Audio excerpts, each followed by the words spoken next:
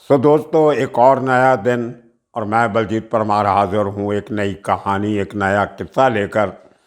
आज भी हम उसी किस्से को जारी रखेंगे जहाँ पे हमने इस बात को कल ख़त्म किया था। ज़ुबैर भाई कुछ बड़े बड़े खुलासे कर रहे हैं। बहुत सी बातें हमें मालूम थी, लेकिन अंदर की डिटेल इतनी जितनी ज़ुबैर भाई दे रहा है वो शायद ढूंढने से कहीं नहीं मिलती, क्योंकि उन दिनों का 80-90 के दशक का कोई रिकॉर्ड कहीं नहीं मिलता। अब नई बातें तो हैं 2000 के बाद की बातें, लेकिन उसके पहले की कितने कहानियाँ ढूंढने में बहुत तकलीफ़ होती है, दिक्कत का सामना करना पड़ता है। तो आज के इस केस में जो ज़ुबैर भाई ने एक और बड़ा खुलासा किया, उसकी थोड़ी सी बैकग्राउंड मैं आपको दे देता हूँ ताकि आपको पूरी कहानी जो आप सुनने जा रहे हो वो आपको बराबर समझ आ सके। बाकी बातों के साथ साथ ज़ुबैर ने एक बात कही है कि 91-92 में, उसको साल बराबर याद नहीं है, ये सब लोग मुंबई की आर्थर रोड जेल में थे। ज़ुबैर किसी और केस में था, जो तनाशा था वो किसी और केस में था, बालू ढोकरे भी था वहीं पे, और काफ़ी सारे लोग, साधु शेट्टी भी था। तो ऐसे कुछ 5-7 लोगों के नाम ज़ुबैर भाई ने लिए हैं जो आर्थर रोड जेल में थे। और तभी उसकी जो जेल सुपरिटेंडेंट थी वो एक लेडी थी जिसका नाम था स्वती साथे, काफ़ी सख्त किस्म की जेलर थी। तो उस जेल में रहते हुए राशीद मलबारी का नाम आपने सबने सुना है, दाऊद इब्राहिम का छोटा शकील का खास शूटर था। राशीद मलबारी का भाई इस्माइल मलबारी भी उसी समय आर्थर रोड जेल में था।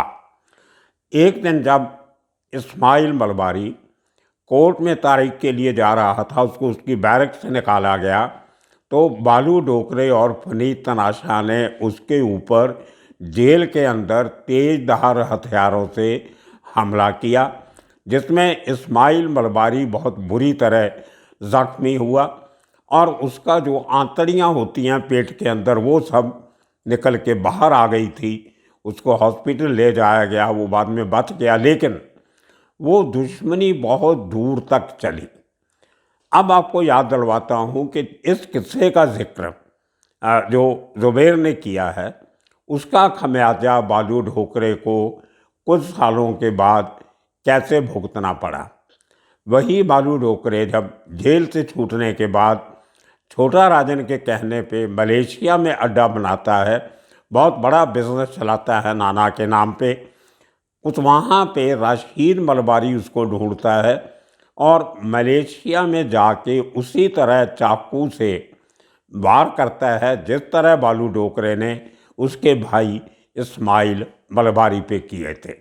तो अपने भाई को उस ज़ख्मी होने का जो बदला लिया राशीद मलबारी ने, वो अपने आप में एक बहुत अजीबोगरीब किस्सा है अंडरवर्ल्ड के इतिहास का। बहुत बुरी तरह चाकू और चॉपर से बालू डोकरे को मलेशिया की एक सड़क पे मारा गया था। तो ये किस्सा मैंने आपको इसलिए बताया कि अब जब आप ज़ुबैर की ज़ुबानी जब पूरा किस्सा सुनोगे आपको थोड़ा बराबर इसकी समझ आएगी और आप 2 से 2 4 करने में कुछ ज़्यादा समर्थ हो जाओगे। इसी तरह कुछ और बातें अंडरवर्ल्ड से जुड़ी हुई ज़ुबैर ने की हैं, और ख़ास तौर पे फरीद तनाशा और उसके साथियों के साथ मिली हुई बातें, उसकी फैमिली की, उसकी शादी की, ये सब बातें। और कुछ इसके साथ कुछ सवाल भी खड़े होते हैं। आज मैं उन सवालों के जवाब नहीं दूंगा, क्योंकि आज आप किस्सा सुनिए ज़ुबैर का। फरीद भाई एक आदमी ऐसे हैं जो दाऊद इब्राहिम के ऊपर सन 2001 में फायरिंग किए थे। हाँ, तो फरीद भाई को मालूम था कि आज नहीं कल मेरे ऊपर तो फायरिंग होगी। कौन सी समझौता रेल? सन 2001। ओके।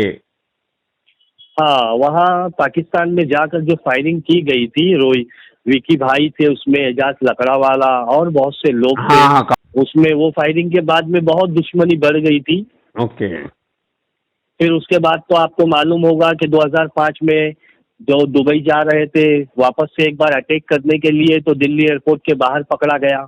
हाँ, वो बॉम्बे पुलिस ने पकड़ा था जाके। बॉम्बे पुलिस के धनंजय कमलाकर साहब ने हाँ, वहाँ रेड वो करके कोई पकड़ा। कोई फरीद भाई ये लोग दिल्ली में तैयारी कर रहे थे 15 दिनों से, हाँ, दुबई जाना है, दुबई में ये गेम करने के लिए। हाँ, तो ये सब फोन टैपिंग चल रही थी यहाँ धनंजय कमलाकर साहब के वहाँ पर। ओके, तो वो फोन टैपिंग की बुनियाद पर धनंजय कमलाकर साहब ने रेड किए थे और विक्की भाई को और फरीद भाई को वहाँ दिल्ली में पकड़ा था। Okay, okay.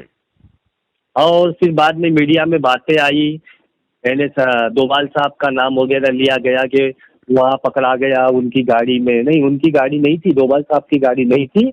हाँ, ये जबरदस्ती मीडिया वालों ने उछाला था। ओके।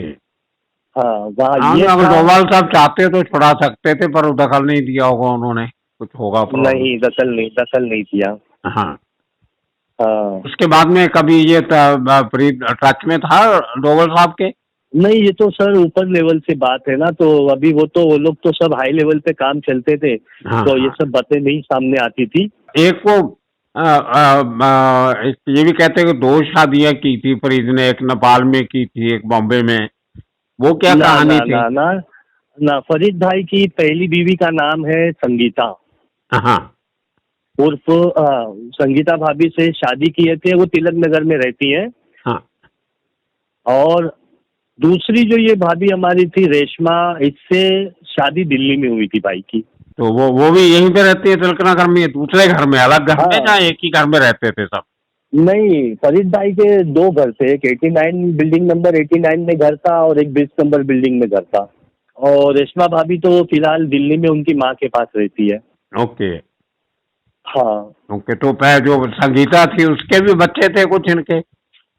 हाँ, संगीता भाभी का एक बेटा है फरहान, ओके, वो ग्रेजुएशन किया हुआ है। हाँ, वो उसका ट्यूशन क्लासेस चलती है उसकी। ओके, हाँ, बड़ी पढ़ाई वाले बच्चों की वो ट्यूशन क्लास देता है उन बच्चों को।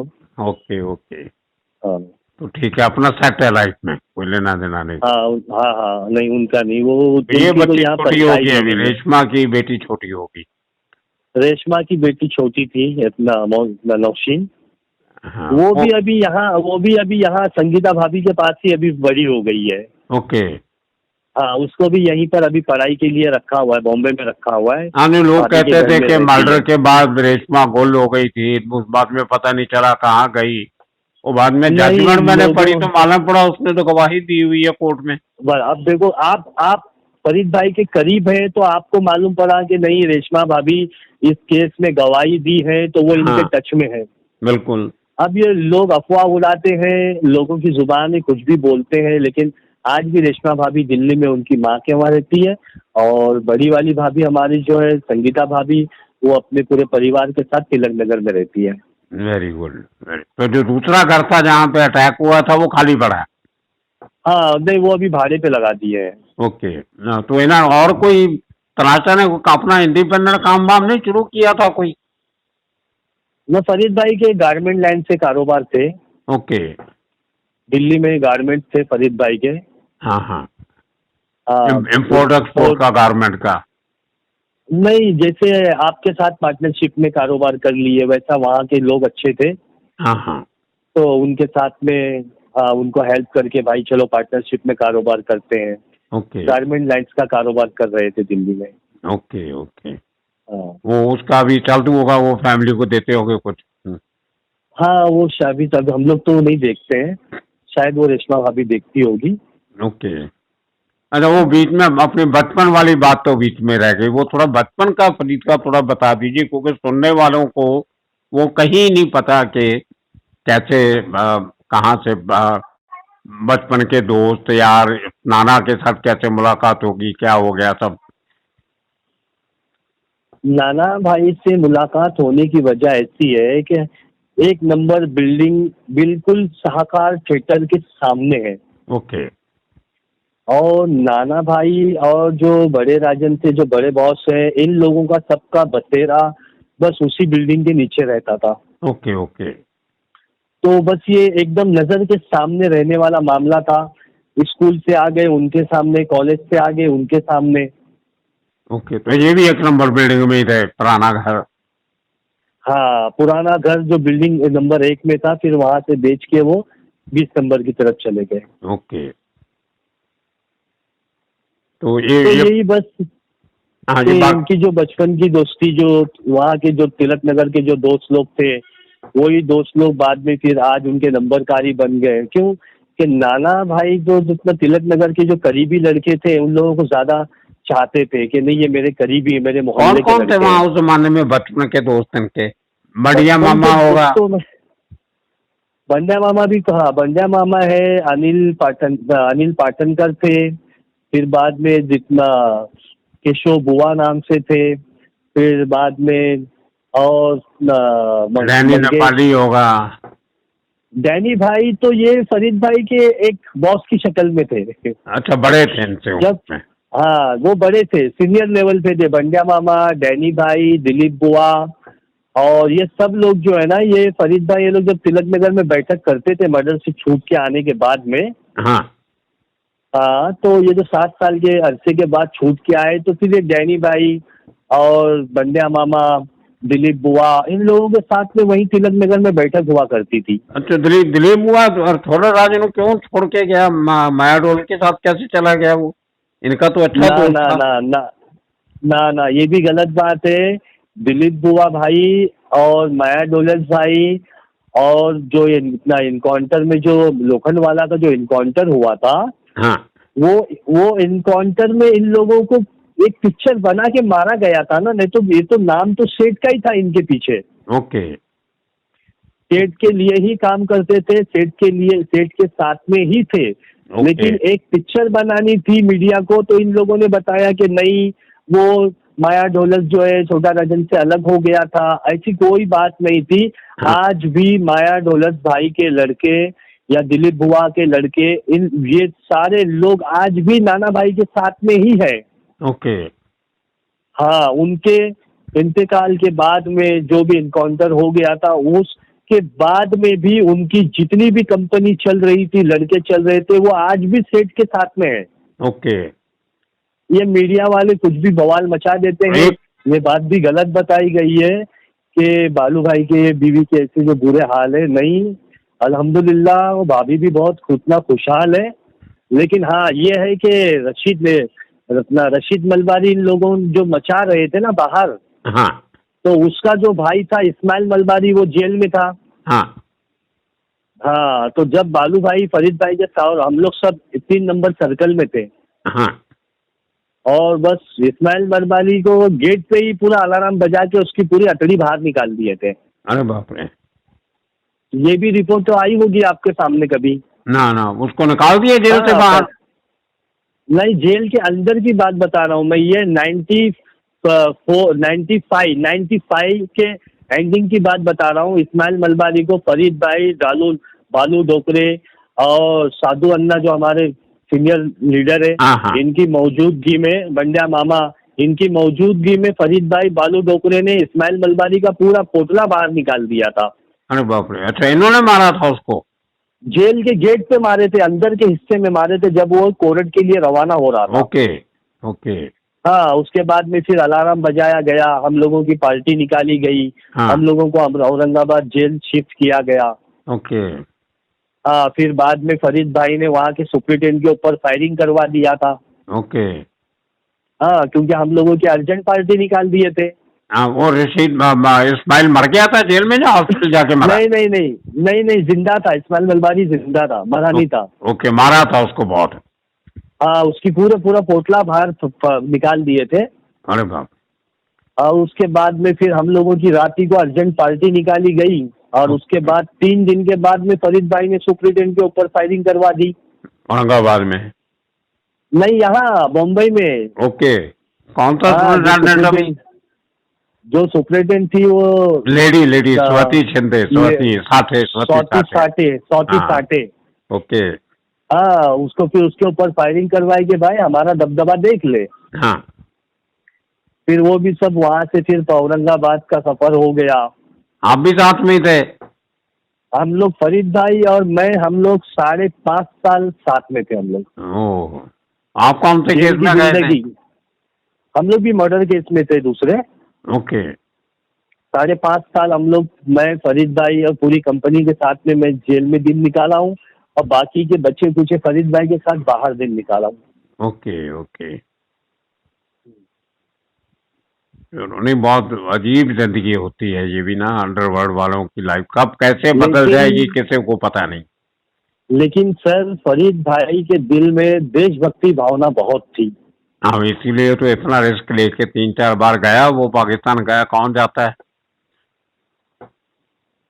अब बहुत सी बातें ऐसी है सर जो ऊंचे लेवल की है, हम ये अपना यहाँ यूट्यूब के ऊपर डाल नहीं सकते हैं। बिल्कुल वरना, बिल्कुल। हाँ, वरना बहुत से ऐसी बातें हैं जो फरीद भाई ने देश के लिए किया है।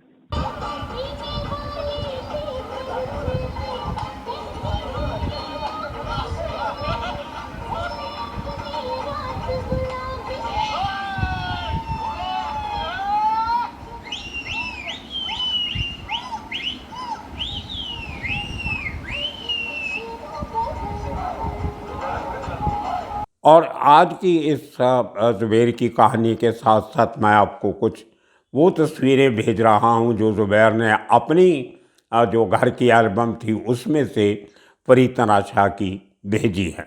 साथ में तिलक नगर में ही रहने वाले मेरे एक और मित्र जो शुरू से हमारी चैनल के साथ जुड़े हुए हैं, उसी एरिया में रहते हैं, सबको जानते हैं, लेकिन भाईगिरी से उनका कोई लेना देना नहीं है।